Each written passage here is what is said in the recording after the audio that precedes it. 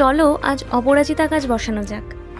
এই ফুলের সাদা আর পার্পল কালারটা আমার কাছে ছিল, নীল রঙটা আমার কাছে ছিল না, তাই আজ সেটাই বসানোর জন্য নিয়ে এসেছি। এই ফুল কিন্তু পুজোর কাজে ব্যবহৃত হয়। শিব ঠাকুরের ভীষণ প্রিয় হচ্ছে এই ফুল। অপরাজিতা গাছ বাড়িতে বসানো ভীষণ শুভ এবং এই গাছের কিন্তু অনেক গুণাগুণও আছে। বাড়ির সমস্ত নেগেটিভ এনার্জিকে এই গাছ নিয়ে নেয় এবং একটা পজিটিভ ভাইব দেয়। মাটির সঙ্গে আমি কিছুটা গোবর সার আর নিমখোল মিশিয়ে নিয়েছি। আপাতত গাছটিকে দাঁড় করানোর জন্য একটা লাঠি দিয়ে সাপোর্ট দিয়ে দিয়েছি।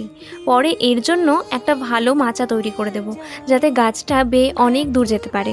আর মল্লিকা, ঝুমকি, তামান্না, মাসিয়া, জয়, তাবাসসুম, ফারুক, করিমা, তোমাদের সকলকে অসংখ্য ধন্যবাদ আমার সাথে থাকার জন্য। ব্যাস, এরপর জল দিয়ে দিলেই আমাদের কাজ শেষ। আজ তবে চলি, দেখা হচ্ছে নেক্সট ভিডিওতে।